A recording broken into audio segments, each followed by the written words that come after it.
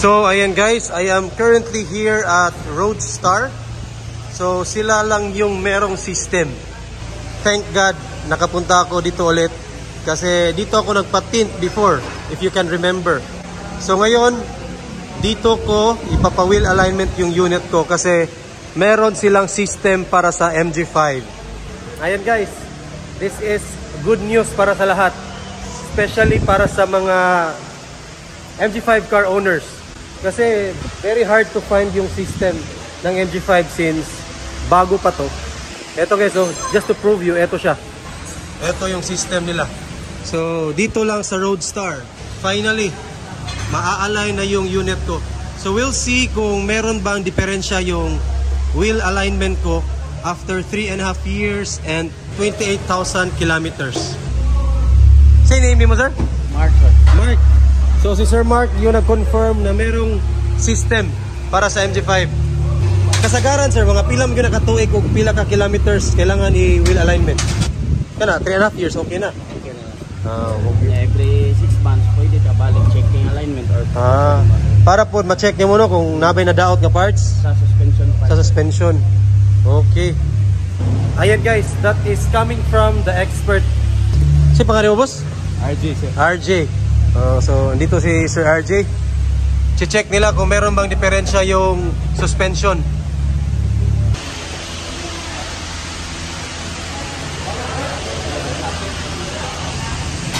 So, finally. So, kita na order na pita, sir? Suspension, sir. Suspension. Sa tie rod o rack in. Ako pa nag-iwangi-iwangi itong naging buwan. Murag okay pa man. Kaya. Ha? Gahi pa. Gahi pa? Okay. Ganun pala yung tamang pag-check guys. Kailangan mo talagang puwersahin. Alright. Wala na iba po? Okay, wala. Okay, good. So, in good condition pa yung suspension.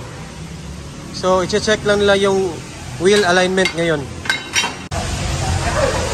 Sa tubangan na ba na ibutang? Apil likod. Apil likod.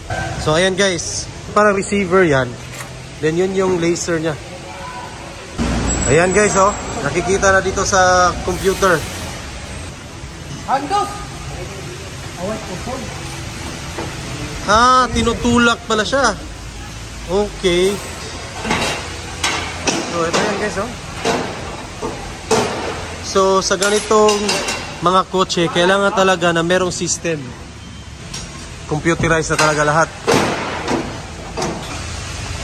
So, sinasabi dito sa computer guys, install the brake pedal depressor. Steer the wheels as directed.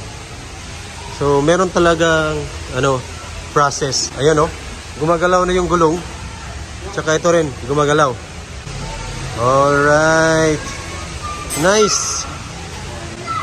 Ngayon lang talaga ako naka-experience kasi first time kong ipa-wheel align to. Ayan So may mga reading guys. So ito guys Ayan. So meron silang i-adjust dito. Rack in, sir. Rack in? So yung rack in yung ina-adjust para sa toe yan. Sa toe. So ito guys, so habang ina-adjust doon, dito gumagalaw din to. Kanina 16 to Yan ito yung part na ginagalaw nila. Yun, naging green at saka nag-2. So, tinitignan nila yan dyan. Yun, 0 na. So, ibig sabihin, wala na siyang deflection. Kung sa may rason nga nung misalign na, ka na malubak. Libaw, ulit kaya. Lagi. So after mga tagpila naman kabuan magpa-checking, 6 months. Mas maayog yun. Kaya kung di mo ka magpa-check, imong ligid mo ihot doon. Kaya what is 800 kaysa sa ligid ba? Ito guys 16. Sa left part naman to. Dito, so ito na naman ginagalaw ni sir.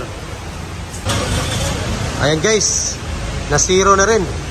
Ganun lang kasimple pag-align.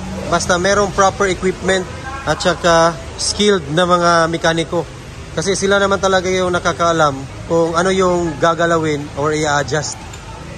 Very easy guys. At least na-accomplish ko yung task ko today para sa upgrade natin. So ayan. So according sa mga expert, ito pasok to. So no need to adjust kasi itong toe na part is nakuha na yung alignment. So okay ra sir? Okay ra.